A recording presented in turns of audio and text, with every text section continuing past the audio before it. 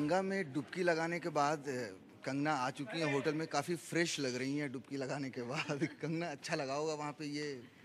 बहुत अच्छा लगा। आई थिंक सबकी ये तमन्ना होती है कि कभी काशी आएँ और गंगा में डुबकी लगाएँ, तो और ख़ासकर मेरे फ़िल्म क्रू के साथ में, तो मेरे लिए बहुत ही अच्छा एक्सपीरियंस हुआ। हमारी फ़िल्म में जो मणिकर्णिका हैं, हमारी जो फ़िल्म की हीरोइन हैं, झांसी की रानी हैं, जो हमारे देश की हीरोइन हैं, बिल्कुल।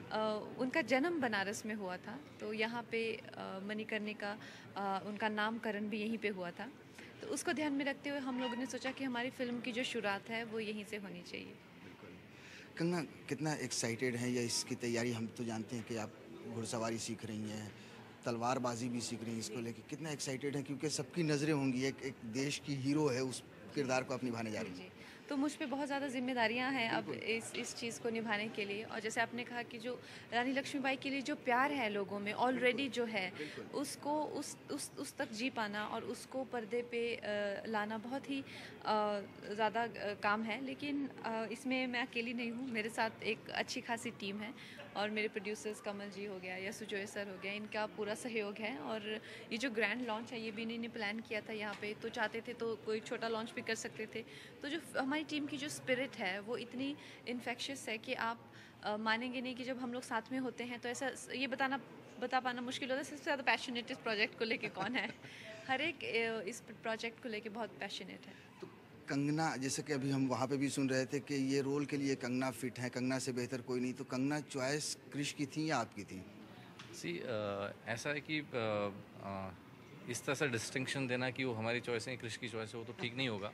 बट ये ज़रूर है कि हम सबका एक कलेक्टिव थॉट था। जैसे ही इस प्रोजेक्ट के बारे में हम सब लोग काफ़ी पैशनेट थे शुरू से ही, और हम चाहते थे कि इसको करें, और Kangana ji definitely is the best to do this role.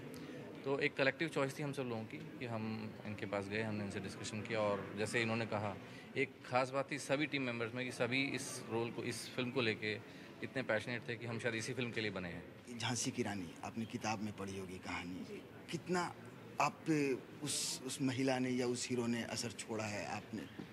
Ji, I think Jhansi की रानी ने सभी को बचपन में बहुत इम्पैक्ट किया है, क्योंकि एक लड़की की वीरता के किस्से सुनना और इतने ज़्यादा उनका जो साहस है, दृढ़ निश्चय है, और जो धैर्य को लेके जो जितनी जितनी कहानियाँ जिस तरह से वो बचपन से ही हर एक के जहन में छा जाती हैं, वो उससे हम भी बहुत प्रभावित रहे हैं बचपन में। तो आज भी कोई भी बच्चा हो, उसको बचपन से पता चल जाता है कि झांसी की रानी कौन है।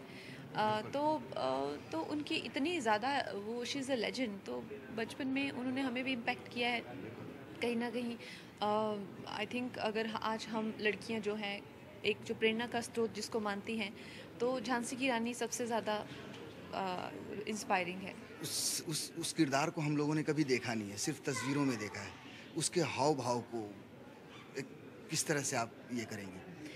वो अब एक अलग जर्नी मेरे लिए शुरू हो जाएगी, क्योंकि पहले जो स्क्रिप्ट में जो है हम लोगों ने कुछ रीडिंग्स किए हैं, अब मेरे लिए ग्राफ बनाना उसका, और किस तरह से उनका डिमीनर रहेगा, किस तरह से उनकी चाल हाव भाव रहेंगे, वो सब जो है मैं अच्छे से कंस्ट्रक्ट करूँगी, और यही कोशिश करूँगी कि आप लोगों को जो है अच्छा किरदार मिले, और आप लोगों को जितनी एक्सपेक्टेशन है उस तक मैं जी पाऊँ।